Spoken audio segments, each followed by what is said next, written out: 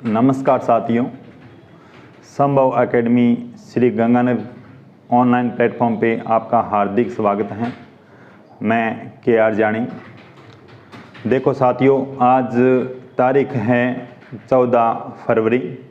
ये अपने देश के लिए एक ब्लैक डे के रूप में माना जाता है, क्योंकि इसी दिन पुलवामा जो हमला हुआ था 2019 के अंदर, वो यही दिन था 14 फरवरी 2019 को। तो सबसे पहले तो मैं उन वीरों को श्रद्धांजलि देना चाहता हूँ, नमन करता हूँ। ठीक है, उन वीरों की शहादत में 2 लाइनें बोलना चाहता हूँ। जिसे सिंचा लहू से वो हरगिज़ खो नहीं सकती, जिसे सिंचा लहू से वो हरगिज़ खो नहीं सकती। सियासत चाहकर जहर के बीज बो नहीं सकती, सियासत चाहकर जहर के बीज बो नहीं सकती। वतन के नाम पर मरने वाले, वतन के नाम पर जीने वाले, शहादत से बड़ी इबादत हो नहीं सकती, शहादत से बड़ी इबादत हो नहीं सकती। ठीक है साथियों, अपनी बात कर रहे थे राजस्थान ज्योग्राफी को लेकर। इसमें अपने राजस्थान का जो अपवाह तंत्र है उसकी चर्चा कर रहे थे। राजस्थान के अपवाह तंत्र को अपने 3 भागों में बांटा था। 3 भाग। पहला जो भाग था वो था आंतरिक अपवाह तंत्र। आंतरिक अपवाह तंत्र। दूसरा जो भाग था वो था अरब सागर का अपवाह तंत्र। अरब सागर अपवाह तंत्र। और तीसरा भाग था बंगाल की खाड़ी का अपवाह तंत्र। बंगाल की खाड़ी का अपवाह तंत्र। ठीक है, इसमें आपने देखा था सबसे बड़ा जो अपवाह तंत्र है वो है आंतरिक अपवाह तंत्र। बंगाल की खाड़ी का जो अपवाह तंत्र है वो 24% के लगभग आता है, ये 60% के लगभग रहता है।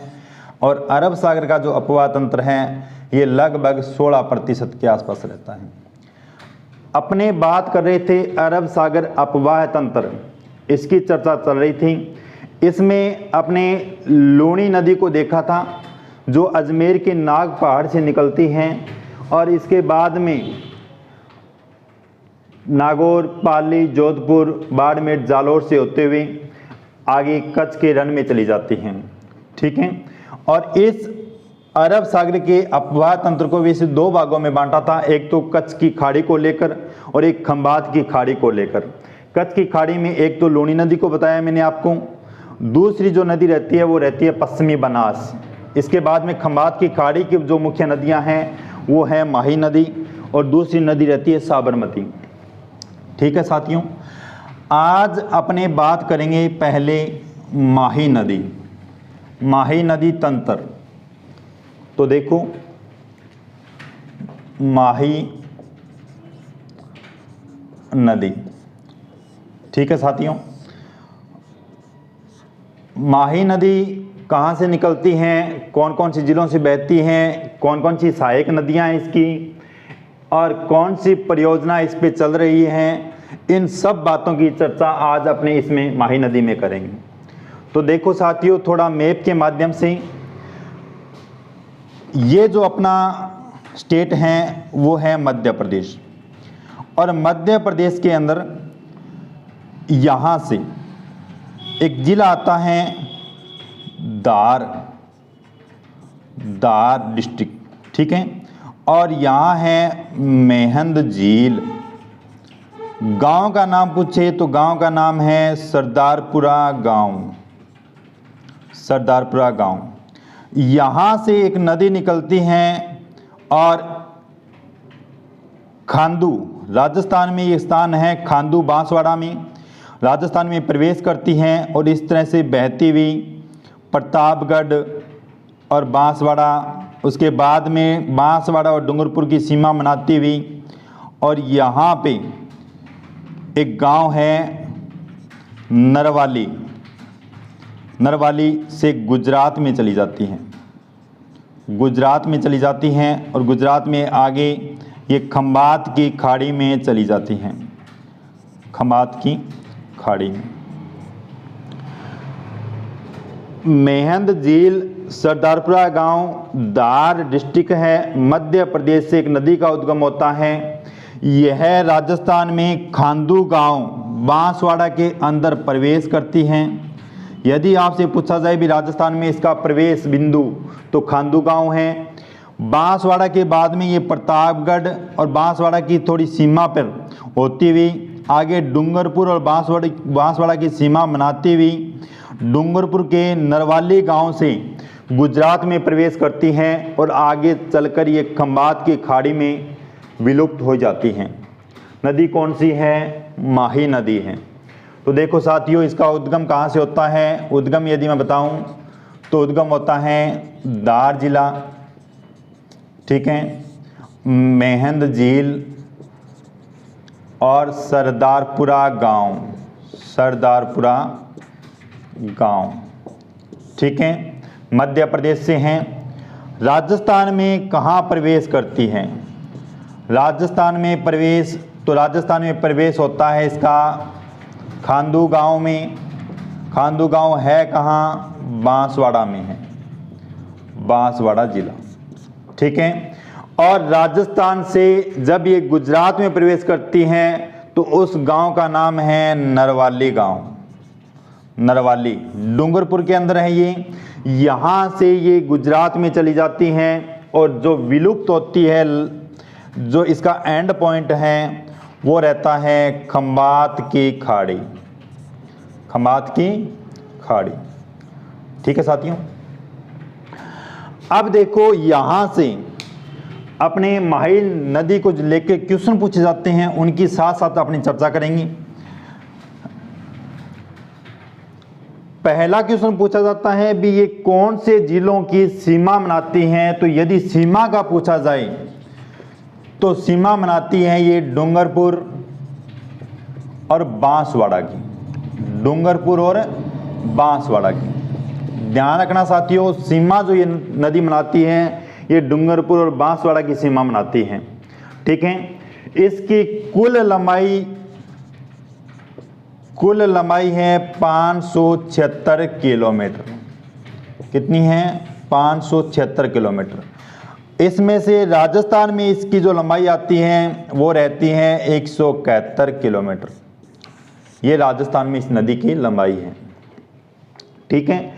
मुख्य रूप से राज्य पूछे जाए तो मध्य प्रदेश, राजस्थान और गुजरात, 3 राज्यों में यह नदी बहती है। इसके बाद अपनी बात करते हैं, यहां पर यदि मैं थोड़ा डायग्राम बनाऊं, दक्षिणी जो राजस्थान है ये अपना इस तरह से दक्षिणी राजस्थान रहता है, ठीक है। और यहां है बांसवाड़ा, ये जिला कौन सा है? बांसवाड़ा। और ये रहता है प्रतापगढ़ और ये है डूंगरपुर, ठीक है। नदी की बात कर रहे थे, इस तरह से नदी खांदू गांव में प्रवेश करके और इस तरह से, और ये इसकी सीमा पे, ठीक है, सीमा बनाती है। ये नदी है, कौन सी नदी है? माही नदी। कुल लंबाई मैंने आपको बता दी 576 किलोमीटर है। राजस्थान में यहाँ से यहाँ तक इसकी लंबाई 171 किलोमीटर है। अब देखो यहाँ पर बांसवाड़ा के अंदर एक परियोजना है, एक बांध है, माही बजाज सागर बांध, माही बजाज सागर बांध कहाँ है? बांसवाड़ा के अंदर है, बोरखेड़ा में, बोरखेड़ा, ठीक है। इसके बाद में थोड़ा आगे चलते हैं तो जो प्रतापगढ़ के अंदर इसका जो ये क्षेत्र आता है ये कहलाता है कांठल। क्या कहलाता है? कांठल। इसके बाद में प्रतापगढ़ और बांसवाड़ा के बीच में यहाँ पर 56 नदी नालों का जो समूह है या 56 गांवों का जो समूह है वो कहलाता है 56 का मैदान। 56 का मैदान, ठीक है। और डूंगरपुर और बांसवाड़ा के बीच में जो पठारी क्षेत्र है ये जाना जाता है मेवल के नाम से। किस नाम से? मेवल के नाम से। और इसी क्षेत्र के अंदर यहाँ पर विखंडित पहाड़ियाँ हैं जिन्हें कहा जाता है वागड़। क्या कहा जाता है? वागड़, ठीक है। इसी डूंगरपुर के अंदर यहाँ पर एक स्थान है, नाम है गलियाकोट। गलियाकोट कहाँ है? डूंगरपुर के अंदर है, ठीक है। और माही बजाज सागर बांध से थोड़ा आगे यहाँ पे जो बांध बना हुआ है, यहाँ इस बांध का नाम है कागजी पिकअप बांध। कागजी पिकअप बांध, कागजी पिकअप बांध, ठीक है। गलियाकोट बता दिया मैंने। और इसी नदी पे डूंगरपुर में एक स्थान आता है नवाटापुर। नवाटापुर, इसकी भी बात करेंगे जब सहायक नदियां पढ़ेंगे। यहाँ पे त्रिवेणी संगम बनाती हैं, ठीक है। इस तरह से ये बहती हुई नदी आगे खंभात की खाड़ी गुजरात में चली जाती है, खंभात। और ये जो लास्ट इसका एंडिंग पॉइंट है राजस्थान में, ये जाना जाता है नरवाली के नाम से, ठीक है साथियों। अब अपने इस पूरे क्षेत्र को लेके इस नदी का जो नाम है वो अन्य नाम से भी इस नदी को जाना जाता है। तो अन्य नाम कौन कौन से रहते हैं इसकी यदि अपनी चर्चा करें तो देखो, इसके बाद में पढ़ेंगे अपने यहाँ पे जो बांध हैं मुख्य मुख्य उनकी बात करेंगे, कौन कौन से बांध हैं। तो देखो, यदि अन्य नाम की बात करूं मैं, अन्य नाम, तो ये दक्षिणी राजस्थान में बहती हैं तो कहलाती हैं दक्षिणी राजस्थान की गंगा, ठीक है। दक्षिणी राजस्थान की गंगा। अभी मैंने आपको बताया कांठल, इसका जो किनारा है प्रतापगढ़ में कांठल नाम से जाना जाता है, तो इसे बोलते हैं कांठल की गंगा। क्या कहते हैं? कांठल की गंगा। इसे बोलते हैं आदिवासियों की गंगा, क्योंकि यहाँ पे आदिवासी जनजाति रहती है तो उनकी गंगा के नाम से संबोधित किया जाता है आदिवासियों की गंगा, ठीक है। इसके बाद में इसे कहा जाता है दक्षिणी राजस्थान की स्वर्ण रेखा। दक्षिणी राजस्थान की स्वर्ण रेखा। तो देखो साथियों, कांठल का मैंने आपको बता दिया, दक्षिणी राजस्थान की गंगा यानी उत्तरी भारत में जो अपनी गंगा नदी बहती है, वहाँ पर जैसी इस गंगा नदी के द्वारा हरियाली पाई जाती है, वहाँ के लोगों का भरण पोषण होता है, उसी तरह कुछ यहाँ माही के नदी के द्वारा इन लोगों का भरण पोषण किया जाता है। तो इसी के आधार पर इसे दक्षिणी राजस्थान की गंगा कहा जाता है। यदि बात करें भी स्वर्ण रेखा, स्वर्ण रेखा तो दक्षिणी राजस्थान की स्वर्ण रेखा कहते हैं। वैसे देखो, यदि भारत की मैं बात करूं तो स्वर्ण रेखा जो नदी है वो झारखंड एवं उड़ीसा राज्यों में बहती है। झारखंड व उड़ीसा राज्य में, ठीक है, आगे बंगाल की खाड़ी में अपना जल डालती है। स्वर्ण रेखा नदी भारत की यदि मैं बात करूं तो झारखंड और उड़ीसा राज्यों में बहती हुई बंगाल की खाड़ी में चली जाती हैं। तो यहाँ पर इस झारखंड के अंदर जो जनजातियां रहती है, जनजातियां, इन जनजातियों के विकास के लिए यहाँ पे स्वर्ण रेखा प्रोजेक्ट चलाया गया था। स्वर्ण रेखा प्रोजेक्ट झारखंड राज्य के अंदर, उसी की तर्ज पर यहाँ माही नदी का जो क्षेत्र है, यहाँ पे इस क्षेत्र के अंदर जनजातियां निवास करती हैं और इन जनजातियों के विकास के लिए यहाँ स्वर्ण रेखा प्रोजेक्ट चलाया गया। इसी के नाम पे इसे कहा गया दक्षिणी राजस्थान की स्वर्ण रेखा, ठीक है। दक्षिणी राजस्थान की स्वर्ण रेखा। ये इसके अन्य नाम थे, कांठल की गंगा, आदिवासियों की गंगा।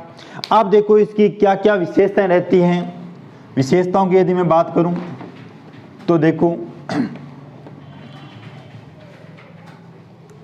विशेषता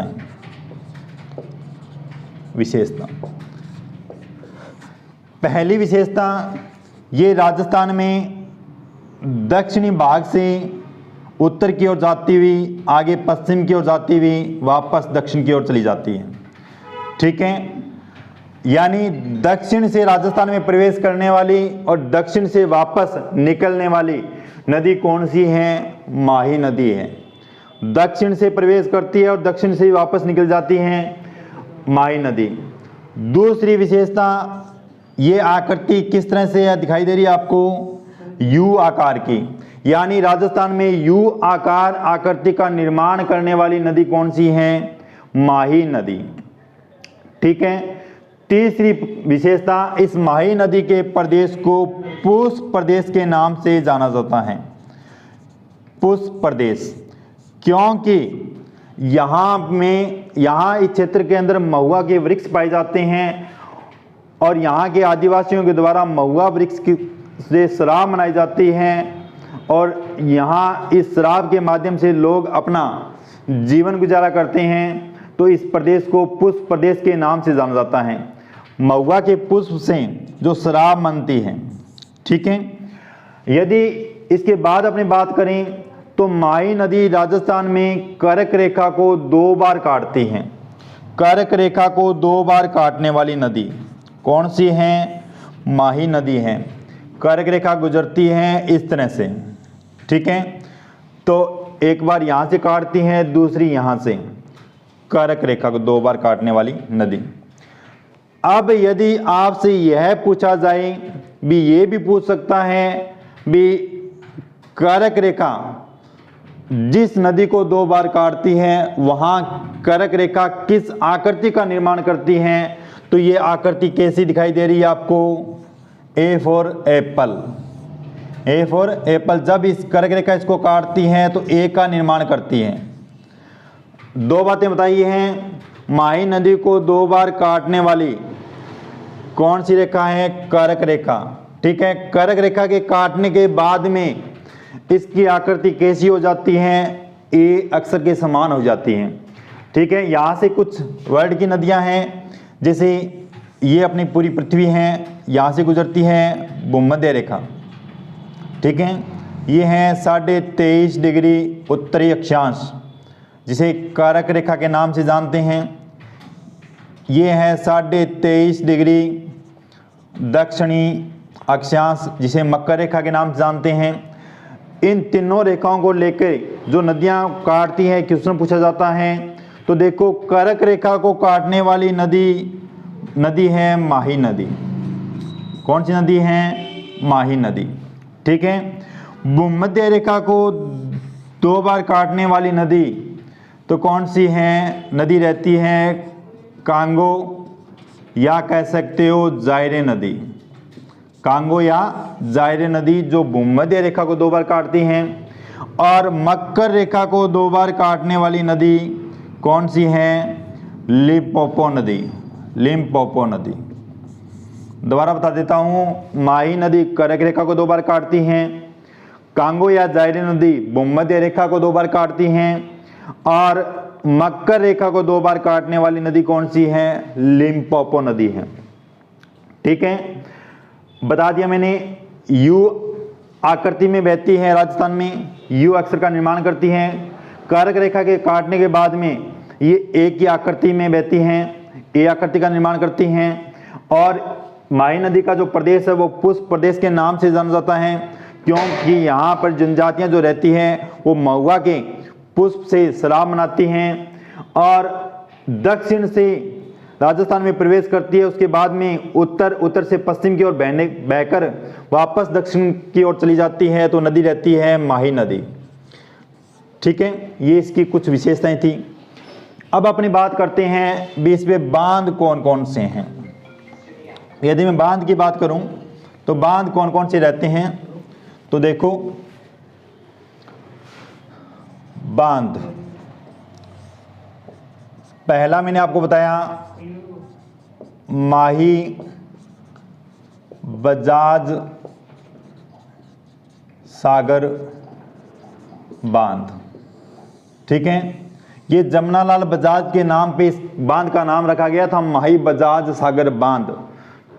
और ये कहाँ है, तो ये बांध पड़ता है बांसवाड़ा में, बोरखेड़ा,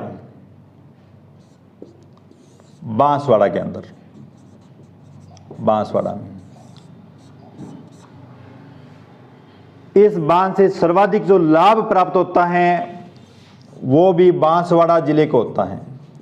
सर्वाधिक लाभ प्राप्त किस जिले को होता है, बांसवाड़ा को होता है। माही बजाज सागर बांध। अब देखो,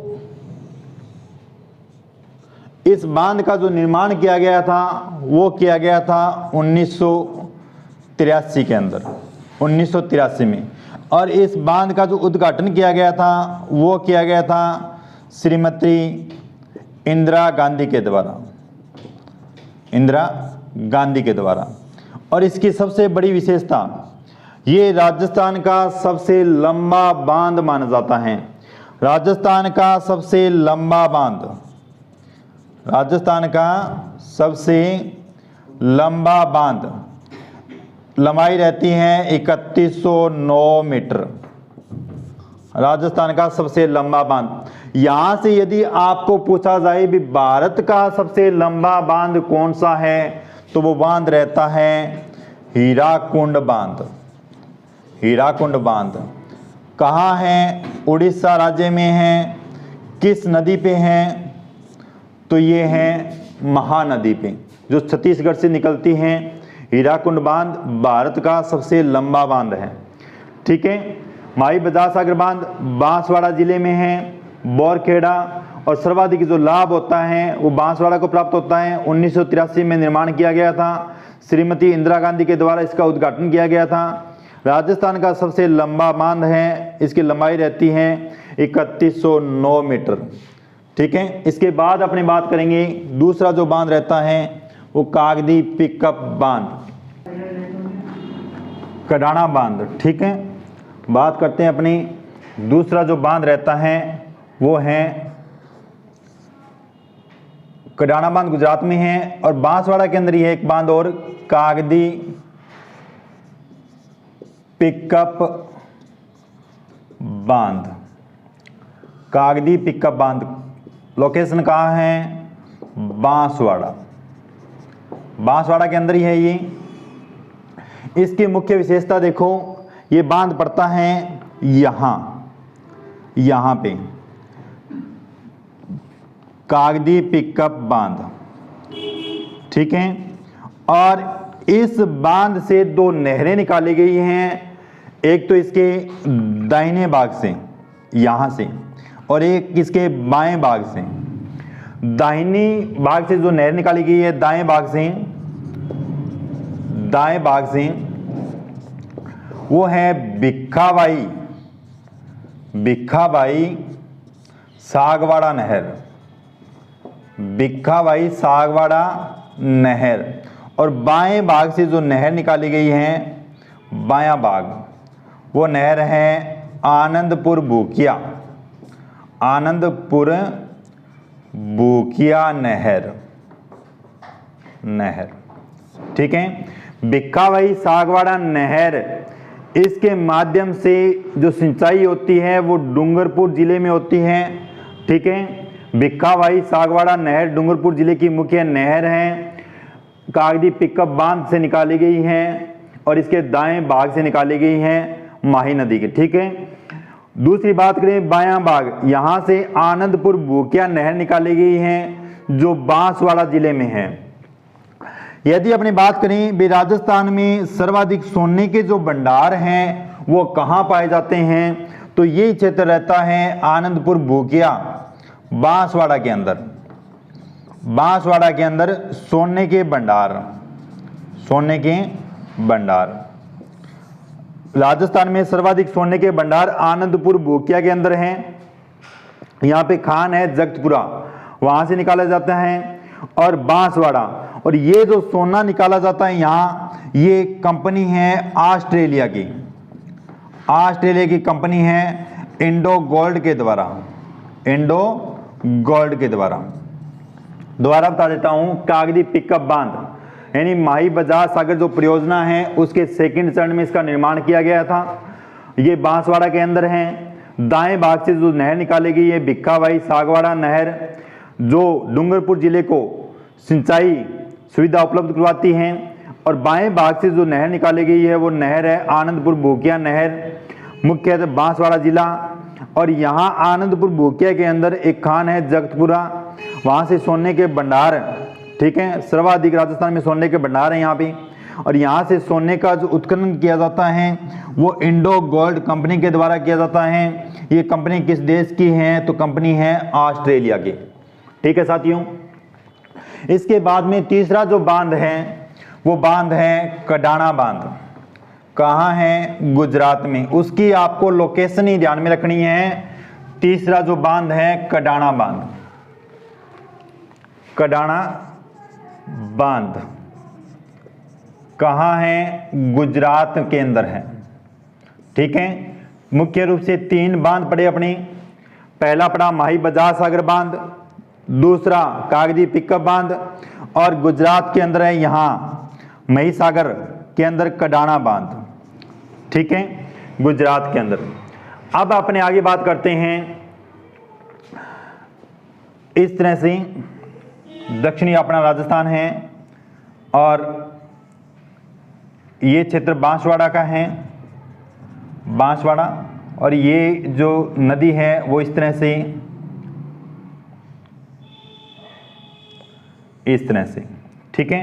ये प्रतापगढ़ है, प्रतापगढ़, और ये रहता है डूंगरपुर। तो डूंगरपुर के अंदर एक स्थान का नाम आता है यहाँ पे, स्थान का नाम है गलियाकोट, गलियाकोट। कहाँ है? डूंगरपुर के अंदर है, ठीक है। यहाँ का रमकड़ा उद्योग प्रसिद्ध है। कौन सा उद्योग? रमकड़ा उद्योग। गलियाकोट डूंगरपुर के अंदर रमकड़ा उद्योग प्रसिद्ध है, ठीक है। इसके बाद यदि अपनी बात करें तो गलियाकोट के अंदर बोहरा संप्रदाय की प्रधान पीठ है। बोहरा संप्रदाय की प्रधान पीठ राजस्थान में कहाँ है? तो यही है डूंगरपुर गलियाकोट के अंदर, ठीक है।